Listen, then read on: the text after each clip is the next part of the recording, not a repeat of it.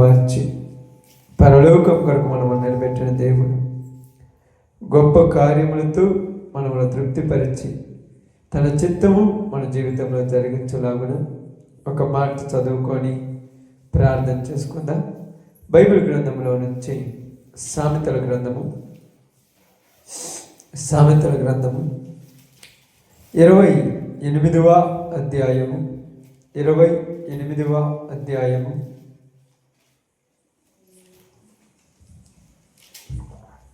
14వ వచనాన్ని జాగ్రత్తగా చదువుదాం. 14వ వచనం, నిత్యము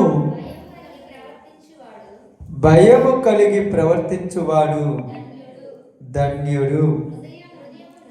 హృదయమును కఠినపరుచుకొనివాడు కీడులో పడును. దేవుడి వాక్య భాగం మన మధ్యలో ఆశీర్వదించును గాక. ఆమేన్. కుడి వచ్చినందుకు ప్రభునామములో శుభాలు వందనాలు తెలియజేయుచున్నాను. చదవబడినటువంటి సందర్భంలో తన యొక్క ఉద్దేశమును దేవుడు తన ప్రజలకు తెలియపరుస్తూ ఉన్నాడు. ఏమని మాట్లాడుతూ ఉన్నాడంటే, నిత్యము భయము కలిగి ప్రవర్తించువాడు ధన్యుడు. ఎవరంట? నిత్యము భయము కలిగి ప్రవర్తించాలి. ఏ భయము కలిగి ప్రవర్తించాలి? ఏ భయం కలిగి ప్రవర్తించాలి? బాగా ఆలోచించండి, బాగా గమనించండి. అదే సామెతల గ్రంథము 23వ అధ్యాయము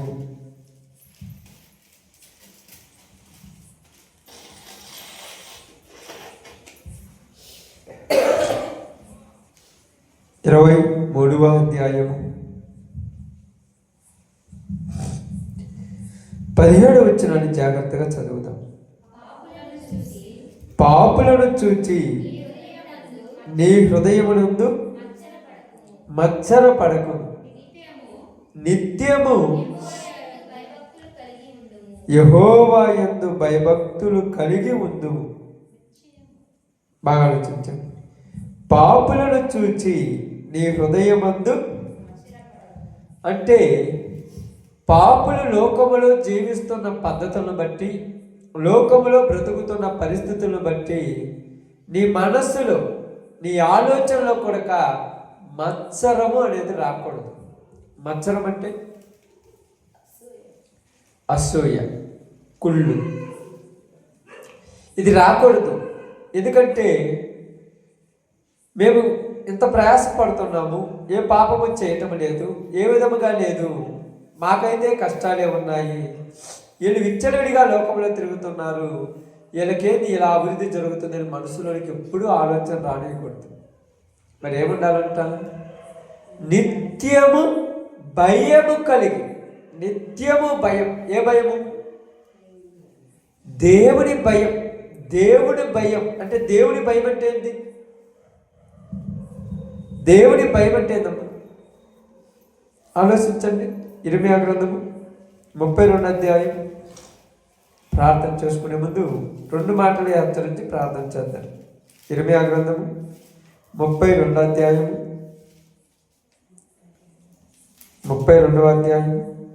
40వ వచనం చదువుదాం. నేను వారికి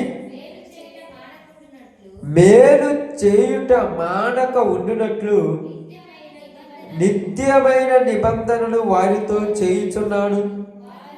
వారు నన్ను విడువకున్నట్లు వారి హృదయములో నా ఎడల భయభక్తులు పుట్టించెదను. వారి హృదయములో నా ఎడల భయభక్తులు పుట్టించెదను. ఎందుకు భయభక్తులు పుట్టించాలంటే, అక్కడ మీరు బాగా గమనించి ఆలోచించినప్పుడు, కొన్ని విషయాలు మనము చూసినప్పుడు అక్కడ ఏముంటుందంటే, మరియు వారికి వారి కుమారులకును మేలు కలుగుటకై వారు నిత్యము నాకు భయపడినట్టు నేను వారికి ఏక హృదయమును ఏక మార్గమును దయచేయుదును. ఎందుకంటే దేవుడు ఇక్కడ ఏం మాట్లాడుతున్నాడంటే, మీకు భయము కలగాలి. ఏం కలగాలి? భయం. ఏ భయం? దేవుడంటే భయం. దేవుడంటే భయం అంటే ఏంటి? దేవుడంటే భయం ఏంటి?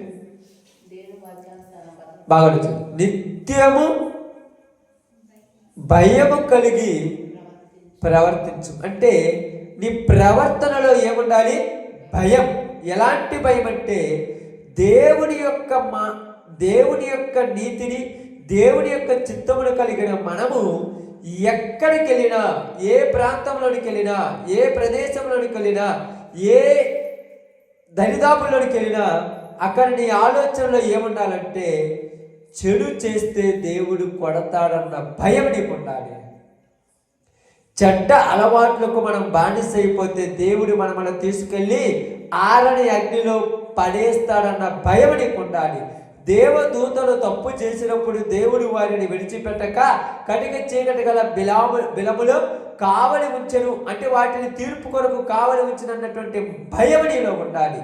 ఆ భయం నీకు ఉన్నప్పుడు దేవుడు పిలుస్తున్నప్పుడు నీ మనస్సులో, దేవుడు పిలుస్తున్నప్పుడు నీ జీవితంలో, దేవుడు పిలుస్తున్నప్పుడు నువ్వు ఉన్న స్థలంలో నుంచి నువ్వు పరుగులు తీయాలి. అది భయం ఉన్నోళ్ళు చేస్తారు. భయం లేనాడు ఎలా ఉంటాడు తెలుసా? ఎలా ఉంటాడు రాయబడింది అక్కడ. భయం లేనాడు ఎలా ఉంటాడు రాయబడిందమ్మా? చదివారు కదా. భయం లేనాడు ఎలా ఉంటారు తెలుసా? ఎలా ఉంటాడంటే అక్కడే రాయబడింది. ఏమి రాయబడిందంటే చూడు అక్కడ మరి చదివినప్పుడు, హృదయమును కఠినపరచుకునివాడు. ఏంటంట? కఠినపరచుకోవడం అంటే తెలుసా? కఠినపరచుకోవడం అంటే తెలుసా? తెలుసమ్మా కఠినపరచుకోవడం అంటే? ఎంత చెప్పినా కూడా లెక్క లేకుండా ఉండటము, ఎన్నిసార్లు గద్దించినా కూడా లోబడకుండా ఉండటము, ఎన్ని మార్లు చెప్పినా కూడా ఏమవుద్దిలే, లోకంలో ఎంతో మంది ఎలా పడితే అలా తిరుగుతున్నారు, నేను ఒక్కడిని ఇప్పుడు ప్రార్థన పోవటం వల్ల నాకేమన్నా మేలు జరుగుద్దా, నేను ఒక్కడిని చర్చిలో పోయి కూర్చోవటం వల్ల నాకేమన్నా గొప్పలు జరుగుతుందా, ఎంతమంది ఇలా ఉంటే నాకేమవుద్దని లెక్క లేకుండా హృదయం ఏం చేసుకున్నాడు?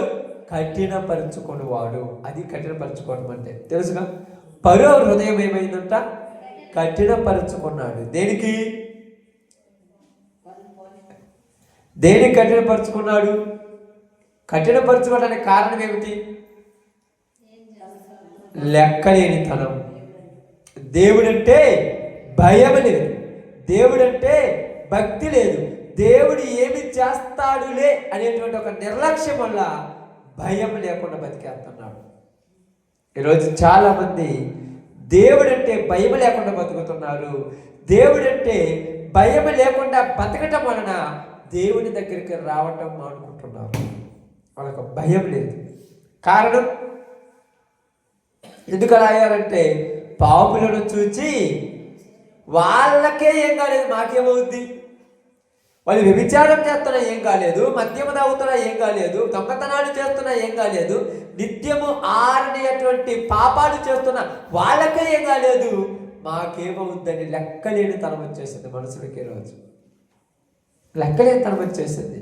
కారణం ఏమిటంటే ప్రియ సహోదరి సహోదరులారా, బాగా అర్థం చేసుకొని గమనిస్తే అక్కడ మనకు చెప్పినట్టుగా ఇదిగో మీకు మేలు కలుగునట్లు, ఏమి కలగాలంట? మేలు కలుగునట్లు మీకు భయము కలిగిస్తాను అన్నాడు. ఇర్మియా ప్రవక్త దాన్ని అన్నాడు, ఇశ్రాయేలు ప్రజలకు మాట చెప్పుము, వాళ్లకు నేనంటే భయం లేదు కనుక వాళ్ళకు నేను మేలు చేయలేకపోతున్నాను. ఏం చేయలేకపోతున్నట? మేలు. నేను మేలు చేద్దామనుకున్న ప్రతిసారి కూడా వాళ్ళ హృదయం ఏం చేసుకుంటున్నారు? కఠినపరుచుకుంటున్నాడు. వాళ్ళ హృదయం ఎప్పుడైతే వాళ్ళు కఠినపరుచుకున్నాడో అప్పుడు నేను వాళ్ళని చూసినప్పుడు నాకేమనిపించింది? ఇలాగ మేలు చేయకూడదు అనిపించింది. వీళ్ళకి మంచి చేయకూడదు అనిపించింది.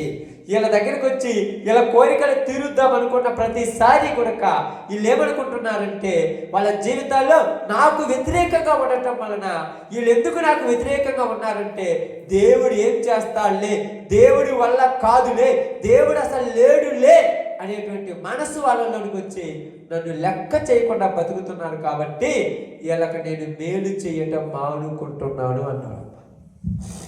అక్కడ అదే రాయబడింది. ఏం చేయటం అనుకున్నాడంట? మేలు చేయటం.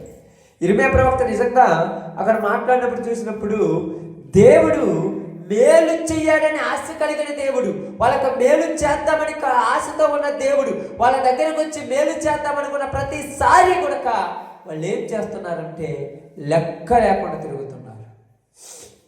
తెలుసు కదా, ఒకసారి మనకు అర్థం కావడానికి చెప్తాను.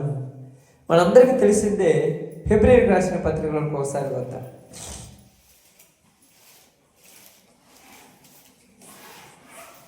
లేకపోతే కీర్తన గ్రంథంలోనికి తర్వాత వద్దాం. కీర్తన గ్రంథంలోనికి వద్దాం. మీ అందరికీ తెలిసిన మాట ఇది, తెలియదేం కాదు. కీర్తన గ్రంథంలోనికి వద్దాం. ఇశ్రాయేలు ప్రజల యొక్క జీవితం గురించి మాట్లాడిన ఒక సందర్భం మనం చూద్దాం. కీర్తన గ్రంథము 95వ అధ్యాయము 95వ అధ్యాయము 8వ వచనం జాగ్రత్త చూడండి. అరణ్యమందు మెరీబా యొద్ద మీరు కఠినపరచుకున్నట్లు మస్సా దినమందు మీరు కఠినపరచుకున్నట్లు మీ హృదయములను కఠినపరుచుకొనకుడి. అచ్చట మీ పితరులు నన్ను పరీక్షించి శోధించి నా కార్యములు చూచిరి.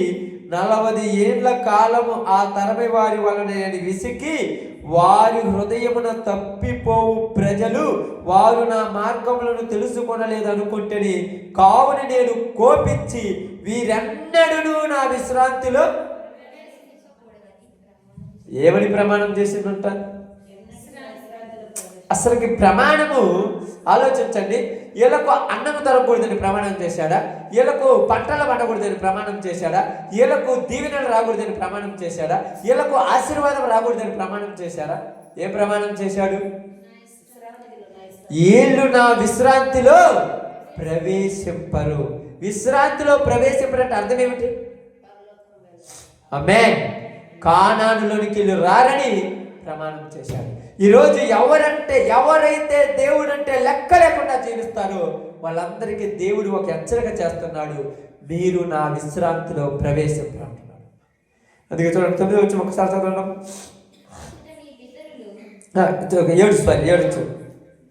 7వ వచనం. రండి నమస్కారం చేసి సాగిలపడదము, మనలను సృజించిన యెహోవా సన్నిధిని మోకరించదము. నేడు మీరు ఆయన మాట అంగీకరించిన ఎడల ఎంతో మేలు. ఏం చేస్తున్నాడమ్మా? ఏం చేస్తున్నాడు ఇక్కడ? 7వ వచనం ఏం చేస్తున్నాడు? మొత్తం మీరు బాగా గమనించండి. రండి దేవుని సన్నిధిలోనికి వెళ్దాం, రండి దేవుని సన్నిధిలోనికి వెళ్దాం. ఎందుకంటే ఆయన మనల్ని సృష్టించిన సృష్టికర్త. ఎంత బాగా పిలుస్తున్నారు తెలుసు. పిలిచినప్పుడు వీళ్ళు ఏం చేస్తున్నారు? ఏం చేస్తున్నారమ్మా? చూడండి ఏం చేస్తున్నారు.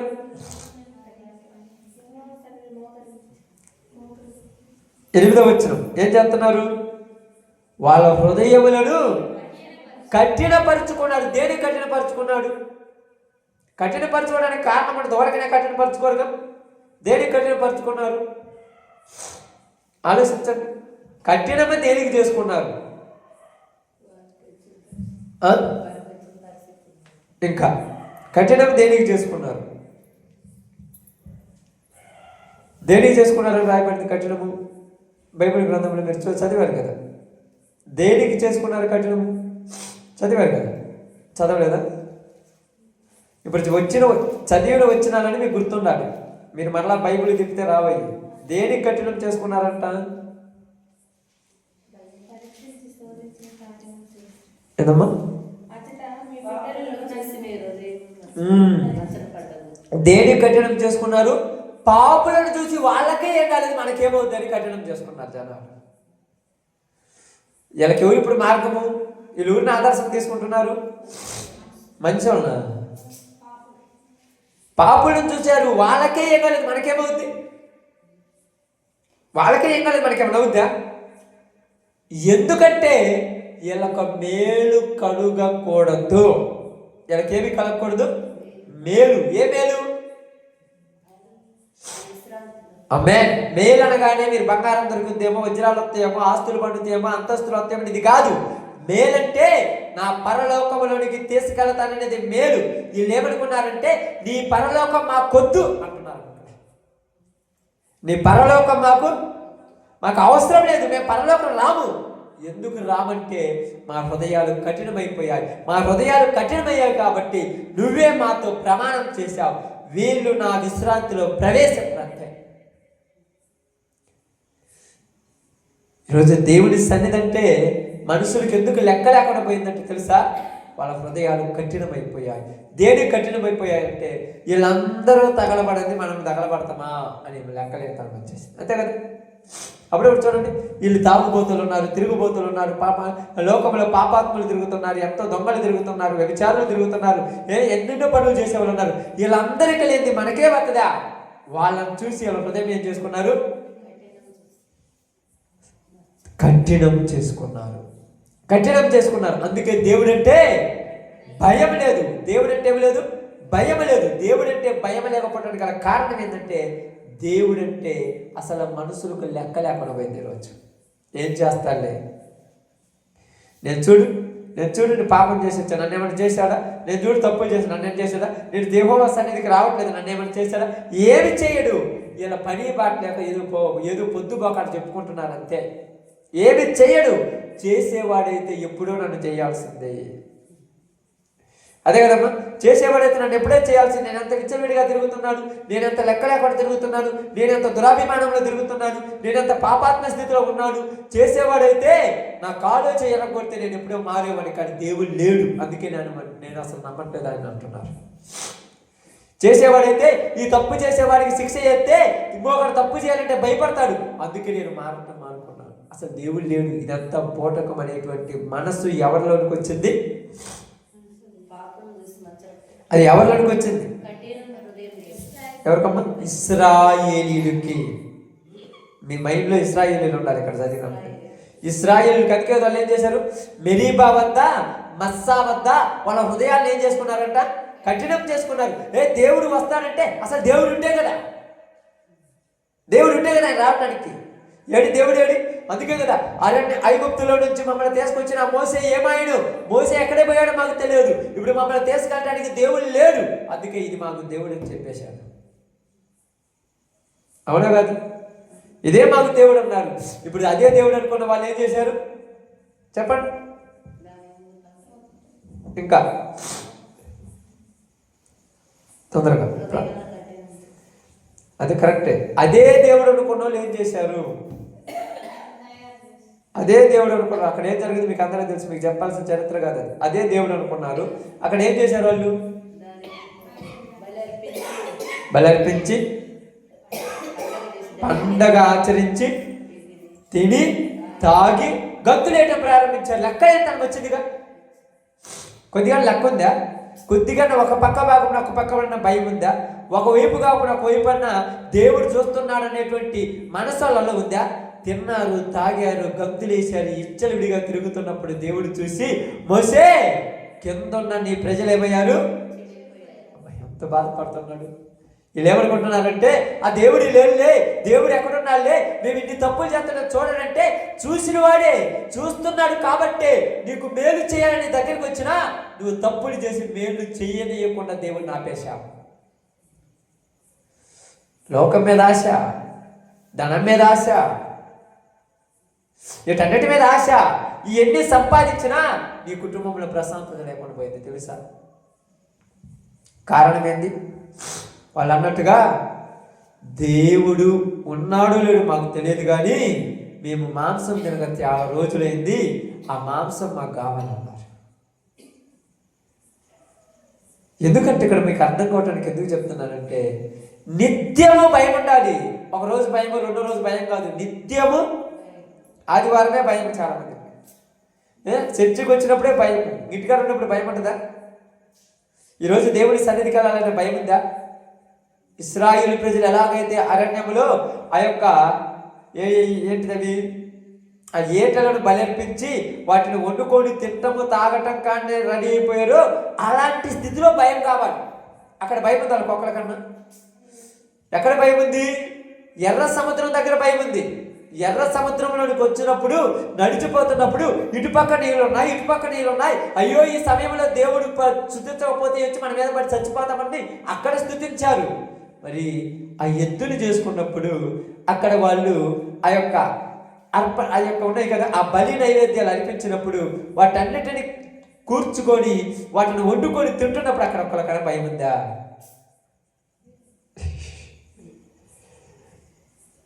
మరి ఎందుకు భయం లేకుండా పోయింది?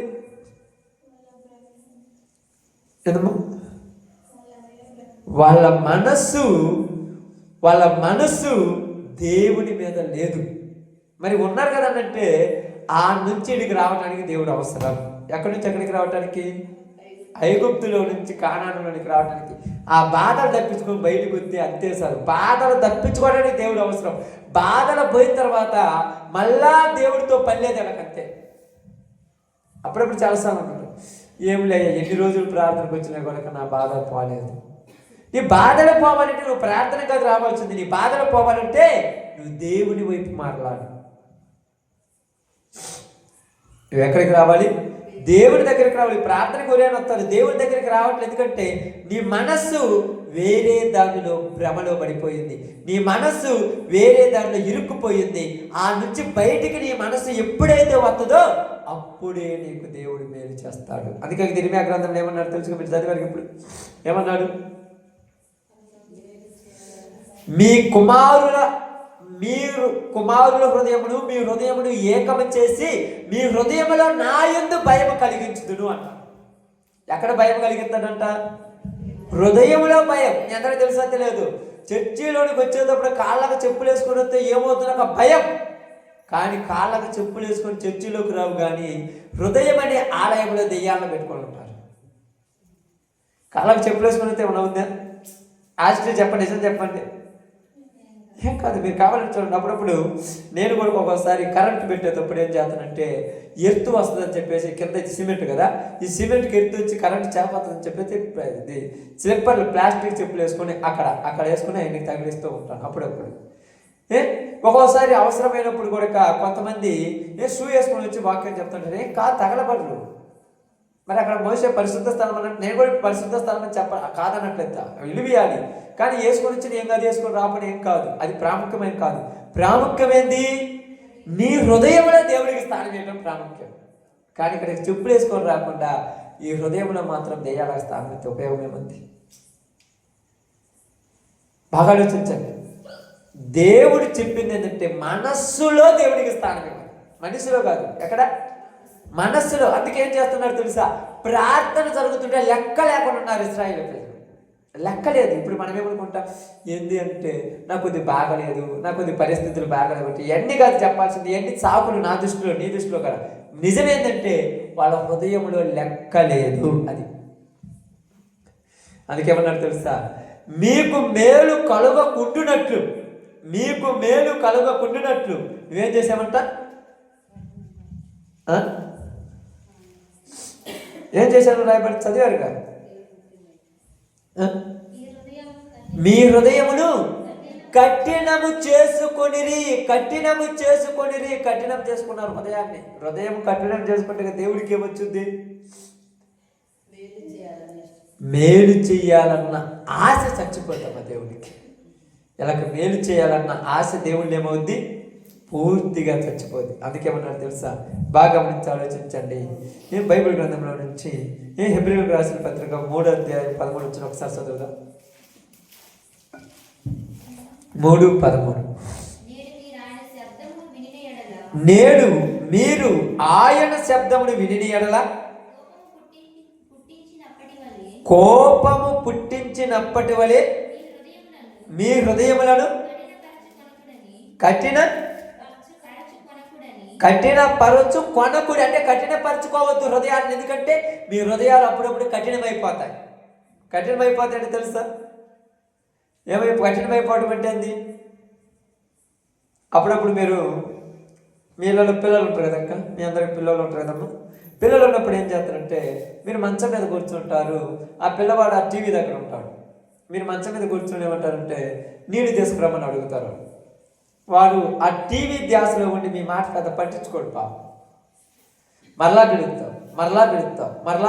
ఎన్నిసార్లు పిలిచినా కూడా ఆ టీవీ ధ్యాసలో ఉన్నవాడు మీ మాట పెద్ద వినిపించుకోనప్పుడు వాళ్ళ కోపం వచ్చి ఏమంటారు తెలుసా?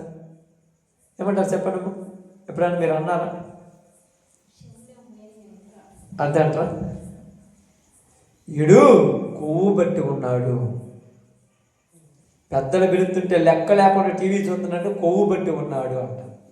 ఇశ్రాయేలు ప్రజలను కూడా దేవుడు ఏది అన్నాడు? నేను ఎన్ని మార్లు పిలిచినా మీరు విననొల్లకున్నారంటే మీ హృదయము క్రొవ్వునది అన్నాడు. అది నేనేమన్నా నా మాటలో చెప్పాను అనుకున్నారా? బైబిల్ గ్రంథంలో రాయబడింది, అపోస్తుల కార్యంలో రాయబడింది, మత్తయి సువార్తలో రాయబడింది. తర్వాత చదువుకోండి. మీ హృదయం ఏమి అందుకని చూడండి, చదవండి అమ్మా. నేడు మీరు ఆయన శబ్దము విని ఎడల అరణ్యములో కోపము పుట్టించినప్పటి వలె మీ హృదయములను కఠినపరచు కొనకూడని ఆయన చెప్పిన కనుక పాపము వలన కలుగు భ్రమ చేత మీలో ఎవడను కఠినపరచకున్నట్లు నేడు అనబడు సమయం ఉండగానే ప్రతి దినము ఒకరికొకడు బుద్ధి చెప్పుకొనుడి. ఏలయనగా మొదట నుండి మీకున్న దృఢ విశ్వాసము అంతము వరకు గట్టిగా చేపట్టిన ఎడలేనే క్రీస్తులో పాలువారై ఉందుము. ఎప్పుడు? మొదటిలో ఉన్న విశ్వాసము అంతం వరకు ఏం చేయాలి? అంతం వరకు ఏం చేయాలి? గట్టిగా చేపట్టాలి. మొదట్లో కొద్దిగా విశ్వాసం ఉంటుంది. 6 గంటలుగా ప్రార్థన పడతారు, 7 గంటలుగా ప్రార్థన పడతారు, ముందే పాట పాడుతుంటారు, ప్రార్థన అయిపోయిన తర్వాత మోకాళ్ళ మీద కూర్చొని ప్రార్థన చేస్తుంటారు. కొన్ని రోజులు అయిన తర్వాత ప్రార్థనలో మనసులో ఏమొచ్చేసింది? విశ్వాసంలో బలహీనత వచ్చింది. బలహీనత రావడానికి గల కారణం ఏంటంటే క్రీస్తుకు వీళ్ళకు దూరం పెరిగింది. మరి ఏటితోనో దగ్గర బంధమయ్యాక కదా దూరం పెరిగింది. ఏటితోనో దగ్గర బంధమై ఉంటుంది. అది ఏదైనా ఉండొచ్చు, ఆస్తి కావచ్చు, అంతస్తు కావచ్చు, పనులు కావచ్చు, లోక సంబంధమైన పాపం కావచ్చు, ఏదైనా ఉండొచ్చు.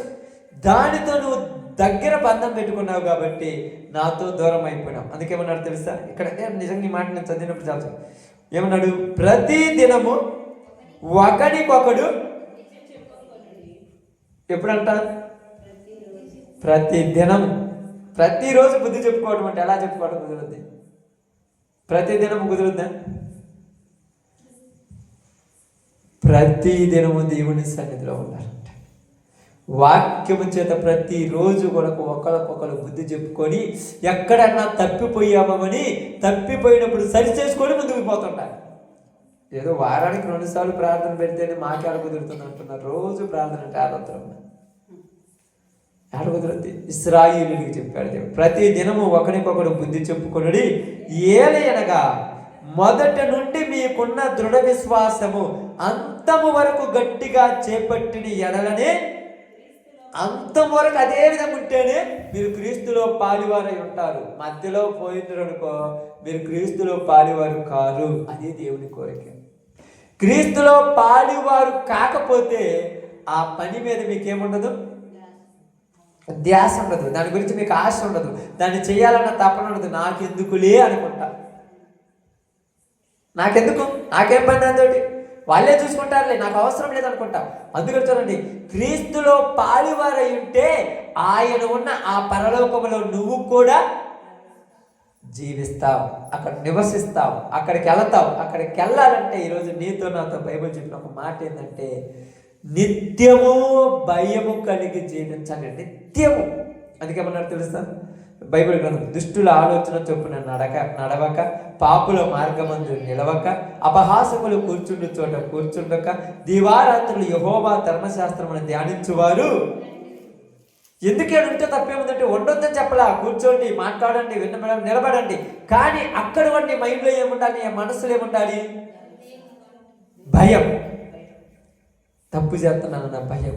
ఏదన్నా ఒక పొరపాటు మాట ఎవరన్నా మాట్లాడితే అయ్యో ఈ మాట నేను అనకూడదని ఒక భయం ఉండి అక్కడి నుంచి పారిపోవాలి. ఏది నీ కళ్ళకు కనపడకూడదో కనపడింది అనుకో, అయ్యో ఇది నేను చెడుగా చూస్తున్నానని చెప్పి అక్కడి నుంచి పారిపోవాలి. అది భయం అంటే. భయం అంటే తెలుసా? ఇప్పుడు మీకు ఎవరికైనా పాము అంటే భయం ఉంటుందా? పాము కదా, బొద్దింకలు భయం ఉంటే చిన్నపిల్లలు ఉంటారు కదా, మీరు ఉంటారు కదా, బొద్దింకలు అంటే పెద్ద అయినా కూడా కొంతమంది బొద్దింకలు అంటే భయం, కప్పలు అంటే భయం ఉంటుంది. ఆ కప్ప మీ దగ్గరికి రాగానే మీరు ఏం చేస్తారు? లేచి పరిగి తీసిపోతారు. మరి ఆడే కూర్చుంటారా? దేవుడు అంటే భయం ఉంటే పాపపు మాట వినపడితే పరుగులు తీసుకుని వెళ్ళిపోవాలి వాళ్ళ నుంచి. పాపపు సందర్భం కనపడుతుంటే వెళ్ళిపోవాలి. దేవుడి మాట వినపడుతుంటే పరుగున రావాలి ఆయన దగ్గరికి. ఇది భయం అంటే. అప్పుడప్పుడు జరుగుతుందంట, ఇది మీ భర్తకి ఎంతలా భయపడతావు, ఆయన చూస్తే చెమట్ల పట్టుకోతే ఎందుకు పిలిచి పిలవగానే ఉరుగుతున్నావు, ఏంటంటే భయం ఉండదు కాబట్టి. అదే భయం లేకపోతే అదే పక్కన అంటున్నాడు, దేవుని భయం నిత్యము దేవునికి భయపడు వారికి ఏమి కలుగునంట? మేలు. ఈరోజు చాలా మందికి మేలు కలగట్లేదంటే ఒక భయం లేదు. మీరు అంటారు బాగా విశ్వాసంలో ఉంటున్నారన్న, చాలా ప్రార్థన చేస్తారనంటే ప్రార్థన చేస్తున్నారు, విశ్వాసంలో ఉంటున్నారు, అన్నీ ఉంటున్నారు, కానీ వాళ్ళకి ఏం లేదు? భయం లేదు. భయం లేదు కాబట్టి మేలు జరగటం లేదు. భయం ఎందుకు లేదు? ఉంది కదంటే. నీకు భయం ఉంటే ఎలా ఉంటావు? ఎలా ఉంటావు చెప్పండి? భయం అంటే భయం అంటే ఎలా ఉంటావు చెప్పండి మీ అందరికి అర్థం కావటానికి. అరణ్యములు ఆ పర్వతం మీదకి ఆయన దిగి వచ్చినప్పుడు అక్కడ ఒక మాట చెప్పాడు, ఇదిగో ఈ పర్వత పంచును మనుషుడైనను పశువులైనను ఏదైనను తాగితే అక్కడే తగలబడిపోతారని మోసే చెప్పినప్పుడు వాళ్ళందరూ కూడా ఆ పర్వతం దగ్గరకు వచ్చి ఒక్కడ కూడా ఆ గిరి దాటి లోపలికి రాలి. ఒక్కళ్ళ పరీక్షించడానికి మన లోంటలు ఉంటారు కదా, అయినా ఏమవుతుందని అక్కడ ఉన్నటువంటి ఒక పశువును కొద్దిగా ముందుకు నెడితే అది అక్కడే భస్మం అయిపోయిందంట. ఇక భయం, అది భయం అంటే. నీ కళ్ళ ముందు ఇది కరెంటు కదా, కరెంటు పట్టుకుంటే శాక్ కొట్టినాడు ఒకసారి మాడిపోతాడు కదా, మరలా నువ్వు పట్టుకుంటావా? అది భయం. దేవుడు పిలుస్తున్నా కూడా నువ్వు రావటం లేదంటే నీలో భయం లేదు. భయం లేకపోతే ఆయన ఏం చేస్తాడు? ఏం చేస్తాడు చెప్పండి? తెలిసి ఏం చేస్తాడు? విశ్రాంతిలో ప్రవేశింపడని వాగ్దానం చేస్తాడంతే. ఆయన ప్రమాణం చేసిన తర్వాత నువ్వు ఎంత చేసినా చేస్తే, నువ్వు ఎంత ఉపవాసాలు ఉన్నా చేస్తే, నువ్వు ఎంత ప్రార్థన చేసినా చేస్తే, ఆయన ప్రమాణం చేశాడంతే. వీరిలో ఒక్కరు కూడా ప్రవేశింపడు. ఎవరు? కాలేబు యెహోషువ తప్ప ఎవరు ప్రవేశింపరన్నారు. మిగతా వాళ్ళు ఎంత ప్రార్థన చేసినా ఏం చేసినా మోసే ఉపవాసం లేడమ్మా. ఎన్ని రోజులు ఉన్నాడు ఉపవాసం మోసే? 40 రోజులు. ఎన్నిసార్లు ఉన్నాడు? 2 సార్లు ఉన్నాడు. పోయాడా కానాన్లోకి? పోయాడా? అహరోను ఏం ప్రార్థన చేయలేదమ్మా? అహరోను ఏం దేవుడి మాట పలకలేదా? పోయాడా కానాన్లోకి?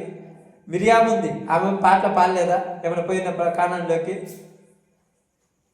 ఎంతోమంది గొప్ప గొప్ప వాళ్ళు ఉన్నారు, వాళ్ళందరూ ఏమైనా పోయారా? దేవుడి ప్రమాణం చేస్తే నువ్వు ఎంత భక్తి కలిగి జీవించినా ఆ అంచు కూడా తాకలేవు. జాగ్రత్త. దేవుడు ప్రమాణం చేసేదాకా మనం రాబోదు. నిన్ను సృష్టించిన సృష్టికర్త నిన్ను పిలుస్తున్నాడు, రా రా అన్నాడు. నేను రాను అంటే నువ్వు రావద్దు అన్నాడు దేవుడు. అంతే. నువ్వు రాను అంటే నువ్వు రావద్దు. ఎక్కడికి?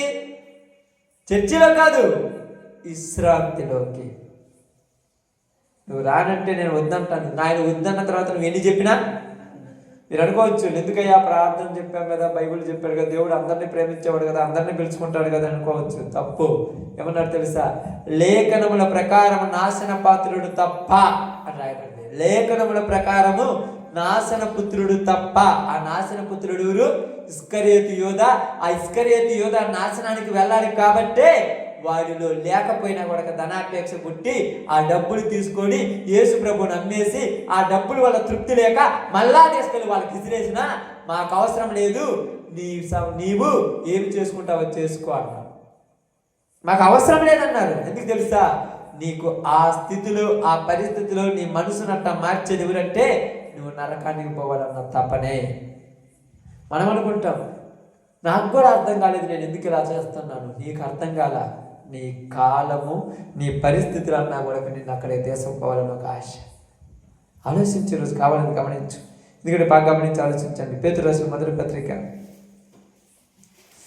లేకపోతే ఏప్రిల్ రాసిన మొదటి పత్రిక, ఏప్రిల్ పత్రిక 4వ అధ్యాయం 1వ వచనం చూడండి. ఆయన యొక్క విశ్రాంతిలో ప్రవేశించుదుమను వాగ్దానం ఇంకా నిలిచి ఉండగా మీలో ఎవడైనను ఒకవేళ ఆ వాగ్దానం పొందకుండా తప్పుపోవునేమని భయము కలిగి ఉందుము. ఏం కలిగి ఉండాలి? ఏ భయం కలిగి ఉండాలి? పరలోకము పోకుండా ఎక్కడ తప్పిపోతామన్న భయం ఉండాలి. ప్రతి దాడి భయం ఉండాలి. నువ్వు నడిచేటప్పుడు భయం ఉండాలి, పడుకునేటప్పుడు భయం ఉండాలి, తిరిగేటప్పుడు భయం ఉండాలి, చూసేటప్పుడు భయం ఉండాలి, తినేటప్పుడు భయం ఉండాలి, పని చేసేటప్పుడు భయం ఉండాలి. ఏ భయం అంటే ఎక్కడ పాపం చేసి దేవుడి యొక్క రాజ్యానికి వెళ్ళను అన్న భయం నీలో ఉండాలి. ఆ భయం అంటే నువ్వు పాపం చేస్తావా? ఆ భయం అంటే నువ్వు దేవుడిని విడిచిపెడతావా? ఆ భయం అంటే నువ్వు దేవుడికి దూరం అయిపోతావా? నువ్వు దూరం అయిపోవు. ఇప్పుడు ప్రజలలో ఆ భయం పోయింది. ఏమొచ్చేసింది? లోక ఆశలు వచ్చినాయి. లోక ఆశలు రావటం వల్ల వాళ్ళ హృదయం ఏమైపోయింది? కఠినమైపోయింది. వాళ్ళ హృదయం కఠినం అవటం వల్ల దేవుడు వాళ్ళకి మేలు చేయాలని వచ్చినా వాళ్ళ కఠినత్వం వల్ల చేయకుండా వాళ్ళే చేసుకున్నారు. దానికి దేవుడికి బాధ్యుడు కాదు.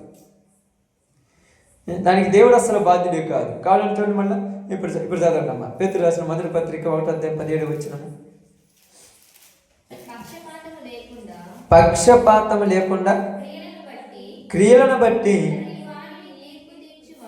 ప్రతి వాణిని తీర్పు తీర్చువాడు తండ్రి అని మీరు ఆయనకు ప్రార్థన చేయుచున్నారు గనుక మీరు పరదేశులై ఉన్నంత కాలము ఎలా గడపాలంట? పరదేశులు అంటే ఇప్పుడు చెప్పాలి. పరదేశులు అంటే భూమి మీద ఉన్నంత కాలం ఎలా గడపాలంట? భయంతో. ఏ భయంతో? నా రాజ్యానికి నేను వెళ్ళనేమో, ఒకవేళ తప్పు చేస్తాన్న భయంతో. తప్పును చూసి భయపడేటట్టుగా మనం బతకాలి. భూమి మీద పాపాన్ని చూసే కావాలి, భయపడాలి. తెలుసు కదా, యేసేపు తెలుసు మీ అందరికీ. పాపాన్ని చూసి ఏం చేశాడు? భయపడ్డాడు. భయపడ్డాడు ఏం చేశాడు? పారిపోయాడు. ఈరోజు నువ్వు పారిపోతున్నావా? దేవుడిని చూసి పారిపోతున్నావు, లోకాలను చూసి వెళ్ళిపోతున్నావు. ఎందుకు పారిపోమంటున్నాడంటే మనము పరదేశులము, యాత్రికులమై ఉన్నాం. ఇది మనది. మన రాజ్యానికి మనం పోవాలంటే ఇక్కడ జాగ్రత్త కలిగి జీవించాలి. ఎందుకంటే చూడండి, రోమిలకు రాసిన పత్రిక 11:20 ఒకసారి చదువుతాం. తొందరగా ముగించుకుందాం, ప్రార్థన చేస్తాం. ఒక చిన్న విషయం చెప్పుకుందాం అంతే. అందుకోసమే మంచిది వారు అవిశ్వాసమును బట్టి విరిచివేయబడి, నీవైతే విశ్వాసమును బట్టి నిలిచి ఉన్నావు. గర్వింపక భయపడు. ఏంటంట? నువ్వు ఈరోజు ప్రార్థనకు వస్తున్నావని గర్వం నీలో ఉండకూడదు. అలుగురు రాలేదు, నేను ఒక్కడిని వచ్చాను, నేను ఒక్కదాన్ని వచ్చాను, అమ్మ నా పర్లేదు, వీళ్ళందరూ కాదండి. నీలో గర్వం వచ్చిందా పడిపోతావు. కానీ వస్తుంది. నువ్వు దేనికి వచ్చావంటే దేవుడి సన్నిధిలో నేను లేకపోతే ఎక్కడ పరలోకం పోనన్న భయంతో నువ్వు రావాలి. ఈరోజు పరలోకం గుర్తు లేకుండా చేసింది ఏమిటి తెలుసా? ఏంటి చెప్పండి? ఈ లోకం. అమ్మే ఏం గుర్తు చేసింది? పరలోకం. పరలోకం గుర్తు లేకుండా ఏం చేసింది? ఈ లోకం. అందుకే ఈ లోక భ్రమలో మీరు పడిపోయినప్పుడు పరలోకం గుర్తుండదు తెలుసా? మీరు కొన్నిసార్లు అంటే ఎగ్జాంపుల్ చెప్తున్నాను. ఇప్పుడు షాపింగ్ మాల్కి వెళ్ళినప్పుడు కానీ, ఎక్కడైనా ఫంక్షన్కి వెళ్ళినప్పుడు కానీ, ఎక్కడికైనా ఏదైనా పార్కులకు వెళ్ళినప్పుడు కానీ మీరు ప్రభు గురించి గుర్తు లేకుండా అదే భ్రమలో పడిపోతారు తెలుసా? అదే ధ్యాస, అదే ఆలోచన, అదే ఏం కాదులే ఫంక్షన్లో అదే ధ్యాస. ఈరోజు ప్రార్థన ఉంది, అయ్యో ప్రార్థనకి వెళ్ళాలి, అయ్యో బైబిల్ చదువుకోవాలి, అయ్యో ప్రార్థన చేయాలని భ్రమ. ఆ ధ్యాస లేకుండా ఏం చేసిందంటే ఈ భ్రమణ పడేసింది. అందాకనే మనుషులను కూడా ఈరోజు చాలా మందిని కూడా విశ్వాసాన్ని ఏం చేసిందంటే పరలోకము లేదులే అనే భ్రమలోని వాళ్ళని తీసుకెళ్ళి ఈ లోకంలో జీవించమని చెప్పేస్తుంది పాపం. అందుకే వీళ్ళు ఏమంటున్నారు? ఏందన్నా ప్రార్థన కాడికి ఎన్ని రోజులు వచ్చినా కూడా నా కష్టాలు తీరట్లేదు, అందుకే ఎక్కడికి పోతే ఆ దేవుడు అనేవాడు ఉంటే నన్ను బాగు చేస్తాను అంటే, దేవుడు అనేవాడు ఉంటే నన్ను బాగు చేస్తాను అన్నామంటే నీ హృదయంలోనికి వచ్చింది కఠినత్వం వచ్చింది. కఠినత్వం వచ్చిందంటే నీ చేతులతో నువ్వే ఏం చేస్తున్నావు? పరలోకంలో నీ పేరు నువ్వే కొట్టేసుకుంటున్నావు. అందుకే రాయబడింది. ఏమన్నాడంటే మోషే దగ్గరికి వచ్చి దేవుడు అన్నాడు, ఇదిగో మోషే వీళ్ళందరి పేర్లు నేను కొట్టి వేస్తున్నాను అన్నాడు జీవగ్రంథంలో నుంచి. అప్పుడు మోషే ఏమన్నాడు తెలుసా? అయ్యా వాళ్ళ పేర్లు కాదు నా పేరు కొట్టివేయమన్నాడు. ఇప్పుడు దేవుడు ఏమన్నాడు తెలుసా? ఎవరు పాపం చేస్తే వాళ్ళ పేరు కొట్టేస్తారు, నీకెందుకు టెన్షన్ అన్నాడు.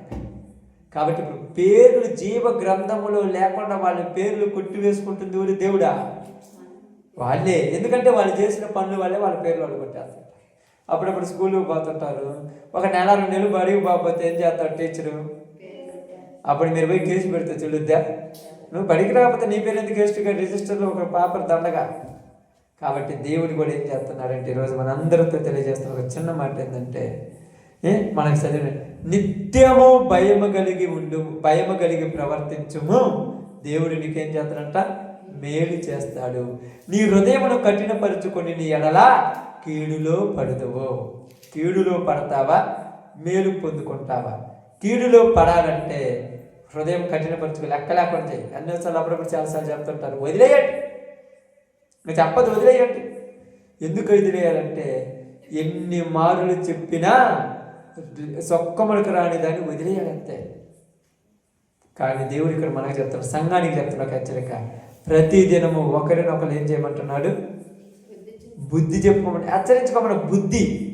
బుద్ధి చెప్పండి, పోయి చెప్పండి. వాళ్ళు అంటారు, మా బాధలు బాధలు ఇవన్నీ కాదు, ముందు పరలోకం పోయి జాగ్రత్త అని చెప్పండి. ఇంట్లో సమస్యలు, కష్టాలు, పనులు ఇవన్నీ కాదు, నీకు పరలోకం బావు. పరలోకం బాకుండా ఉంటే అన్ని చేసిన వేస్టే. పరలోకం ఉంది, నీకు అసలు పరలోకం ఉందన్న నమ్మకం ఉందా లేదా?